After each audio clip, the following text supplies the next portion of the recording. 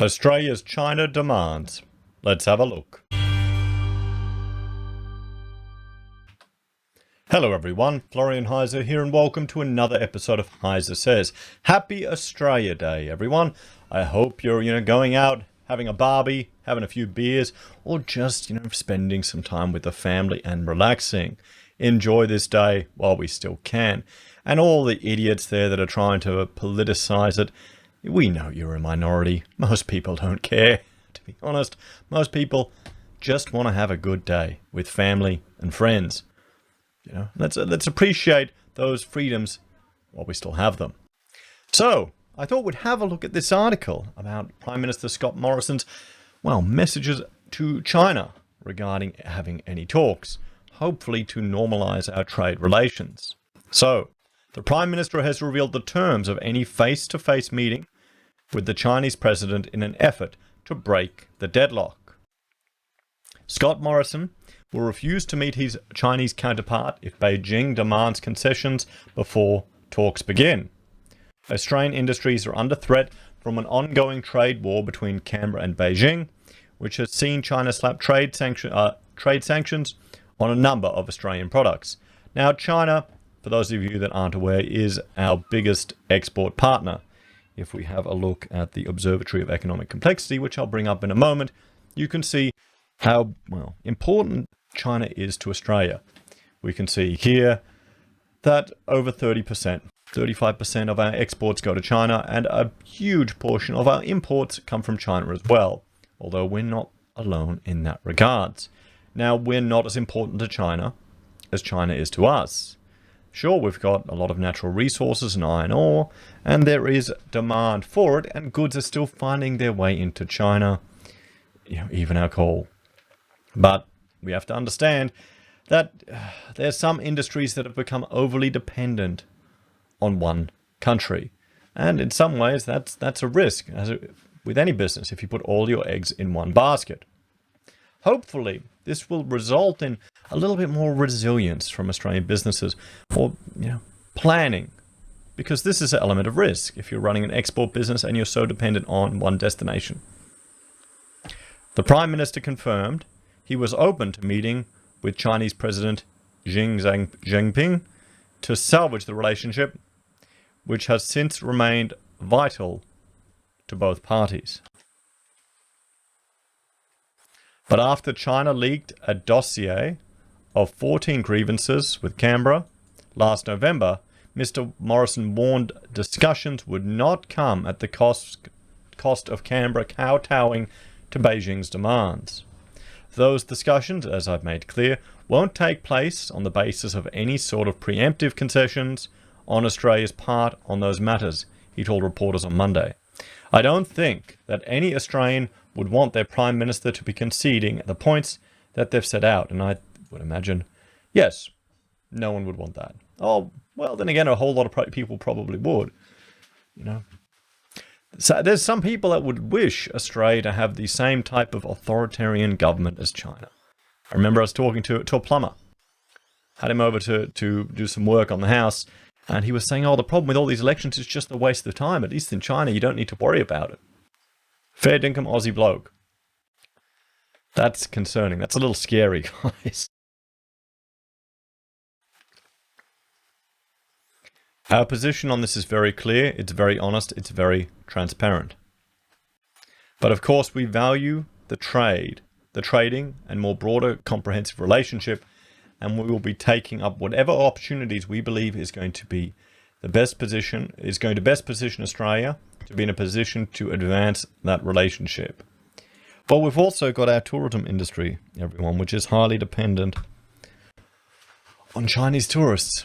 You've got the international students, which are also a significant proportion come from China. And that flows through to real estate and accommodation, everyone's favorite topic here in Australia.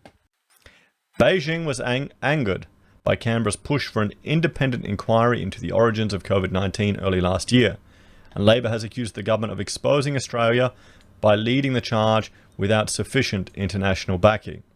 But Mr. Morrison said relations have soured over a number of years and could not be attributed to any one development. I'd agree with Morrison here. I certainly would. I mean, Labour, they'll kowtow to China. It's just in their nature, really, in some regards, particularly the last few years. Relations have shown no sign of improving recently after Beijing launched an attack on Canberra at the United Nations last week, accusing Australia of racism and his hypocrisy over human rights. Coming from China? I mean, seriously. I live in the Chinese suburb here in Brisbane.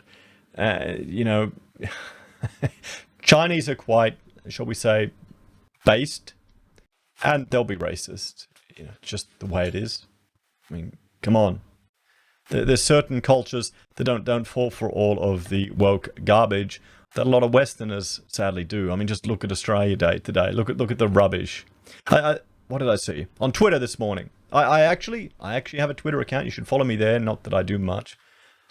Someone was asking. I don't know who it was. Maybe a journalist or someone of some significance was asking, you know, what land are you on? Whose land are you on today? And everyone's listing the tribe of the land that they're on, you know, such and such people, yada, yada, yada. I mean, come on. Seriously. It's a bit of a joke. It's like me going, you know, what land am I on? Oh, part of the Holy Roman Empire to 500 years. I mean, yeah, okay. Let them play those games. But my response to that was very simply, I'm on the land of the great CBA people, and I hope to eventually get out of their clutches, which I would suggest most people are. And that's going to have more of an impact on people's day-to-day lives. One thing, when people ask those questions about what land are you on, here's the biggest point to consider. Indigenous Australians, in some of the communities they live in, it's impossible for them to even own their land. They can't even own the house they're living in. It wouldn't be possible. It's all community owned. It's all socialistic. That is really unfair. You know, that I would think is more important for people to get ahead. In all countries, particularly in Australia. So just think about that. It doesn't matter, you know, who traditionally owned the land when you can't even get a chance at owning your own bloody house and passing that on to your kids. No, because it has to be held by others because they don't consider you capable enough to manage it. Anyway, back to this. So, I mean, come on, China claiming Australians are racist and have human rights issues. It's a bit of a joke, seriously. We're no angels with regards to human rights here in Australia. No country is. China is no better. Just look at the, you know, what was it? The Cultural Revolution they had there. Look at the forced abortions they had there. Come on. This is all accepted. Isn't this historical fact now, or don't they teach that anymore? The comments were made at a review of Australia's human rights record, where a breach of UN protocols and drew the ire of coalition MPs. Labour leader Anthony Albanese has urged Mr Morrison to enlist the help of former Prime Ministers Kevin Rudd and John Howard in dealing with Beijing. With a raft of Australian industries in Beijing's firing line, Mr Albanese said Mr Rudd's significant relationship with the Biden administration and international experience dealing would be a great asset. Really, didn't Ruddy completely stuff it up and make some faux pas, daring to raise issues of human rights abuses in China back in the day? That's what I remember. To be clear, it is China that is to blame for breaking down the relationship, he told reporters on Monday. At least he's got that right. But we need to find a way through, and I think that it's very sensible to engage former Prime Ministers Rudd and Howard. This is a suggestion that has come to me from senior people in the business community, as well as people in the union movement who have worried about jobs. Well, no, that's a good suggestion there from Albanese, but we'll see if it happens. I mean, this is the thing. If China wants Australia to behave and they want us to kowtow, well, you know, it's a cultural difference as well. The idea of losing face. We're talking about different cultures here. It's a perspective that some people may not appreciate. Mr. Morrison has confirmed he was open to the idea, but said he will continue to pursue the relationship in Australia's interests. The relationship with Beijing is a matter that the former Prime Minister Howard and I have discussed on many occasions. I speak to him pretty regularly about these and many other things, he said. It's a topic that some time ago, and even more recently, I was connecting with Prime Minister Rudd about these matters. I'm always open to those who have experience in these areas, Both of those former prime ministers are experienced in those areas. So there we have it, everyone. Our prime minister doesn't intend to kowtow or concede to any of the preconditions that China put forward. Well, what do you think? Do you think this is a good Australia Day episode, guys? Let me know in the comments down below. Thanks for watching. If you're a fan of the channel and enjoy the content I cobble together here, please like, share, and subscribe to the channel. If you want to support us, there are a few ways you can. You can join us on YouTube or Patreon. You can support us using our affiliate links from Amazon, eBay, Independent Reserve, or AussieBroadband. You can buy a merch from HeiseSays, use Gold Pass from the Perth Mint, or support us via PayPal. Take care, everyone. Have a happy Australia Day, and I will see you all next time. Bye for now.